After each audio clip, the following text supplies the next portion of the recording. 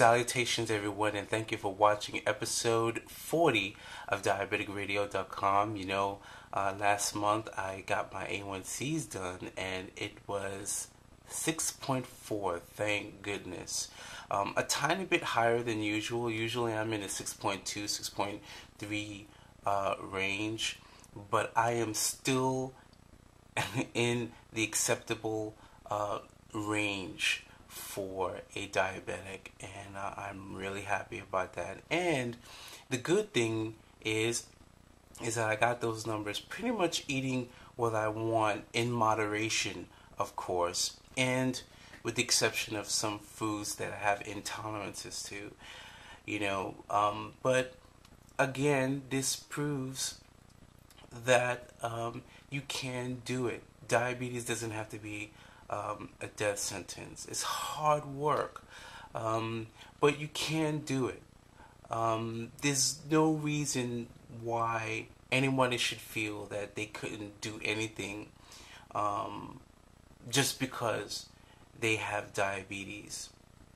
And one thing that I really love about taking the A1C's, that number, once you really understand the seriousness of diabetes, that number becomes so important because it's a gauge as to how well you are doing with your diabetes. And no one can tell me that when you hear a number like 6.4, 6.3, or even 5.7, that doesn't do something to your self-esteem.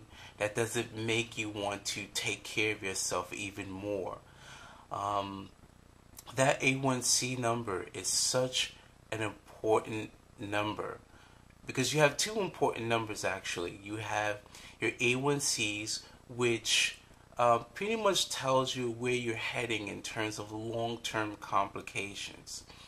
Okay, and there are a lot of long-term complications. There isn't one thing that diabetes does not affect in our body.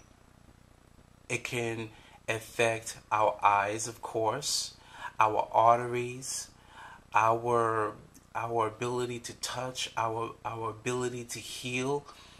It can also, and I've learned this through my own research because no doctor has told me this, that diabetics can have a resistance to certain metals.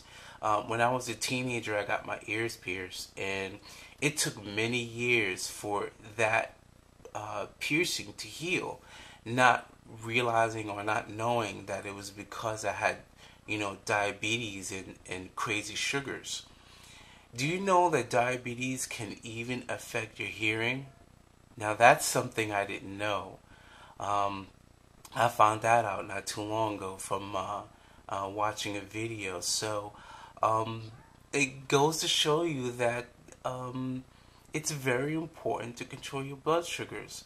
The other important number I almost forgot is the numbers that you get from your glucometer. Now your glucometer pretty much tells you not only where your A1Cs are more likely heading, but it also helps you to prevent short-term complications. And some of those short-term complications could be dizziness, your eyes could be blurry, fatigue, drowsiness, and even comas up to death if you're not on point in terms of taking care of your blood sugars. I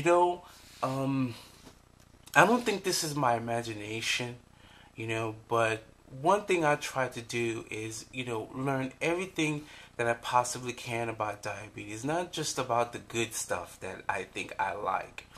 Especially having Diabetic Radio, because it's so important for me to read about everything so that I can inform as much as I can about diabetes to the visitors on my site. And one thing that I've noticed is that in terms of women, there isn't a lot of information, or it's not talked about at least, in terms of the specific complications that women have. And I really go out of my way, at least I try to include women in my blog, because it's almost as though, well, I don't think it's done intentionally, but I think that when you go to a lot of websites, and when you even read legitimate books on diabetes, there's a sense of generalization when it comes to diabetes. And men and women are very different in terms of diabetes. We have very different challenges, very different issues. You know, when a woman has high blood sugars, she can have miscarriages. You know, her periods will go crazy. Sometimes a woman doesn't have proper lubrication or no lubrication at all during intercourse, and it can become very painful for her. Her unborn child can have very serious birth defects because of high blood sugars. And many of these women that have had these problems would never connect that to diabetes. And I think, you know me, I try to advocate that people, other diabetics, share amongst each other. And I think if there's any group that I would say is even more important, that I would stress that you connect with each other and learn from each other, would be women.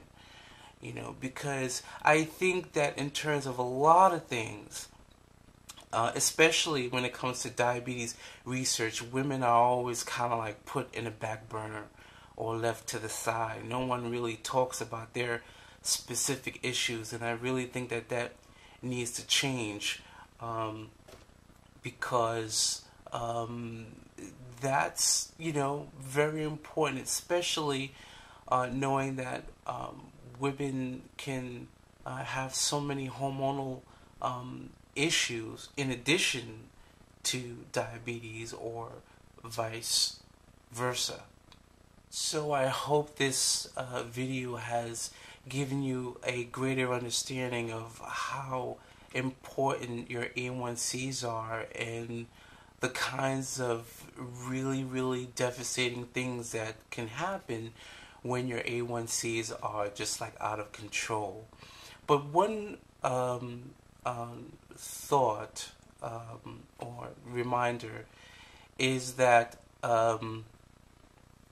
when you look at your glucometer, when you test your blood sugar at home, if it's a little high, it doesn't mean that your blood sugars, your A1C's, is going to go up to 14-15% automatically. Your A1C's is a 3-month average of what your body is going through in terms of glucose. So if you're taking insulin and it's a little high, you give yourself the appropriate correction to bring your sugar down to the level that you and your doctor has discussed. You know, what's the level best for you, because not every diabetic is the same. Some people would be a little higher than some, and some would be a little lower than others. So as long as you make that correction, or do whatever it is that you need to do to bring down that blood sugar, your A1C's should be fine.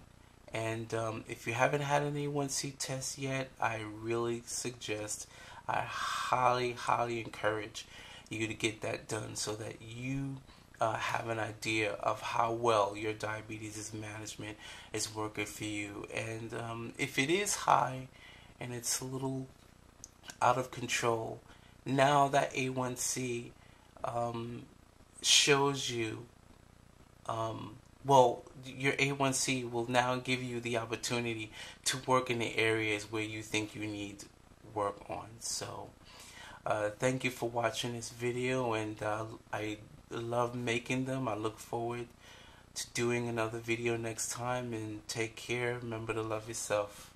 Bye bye.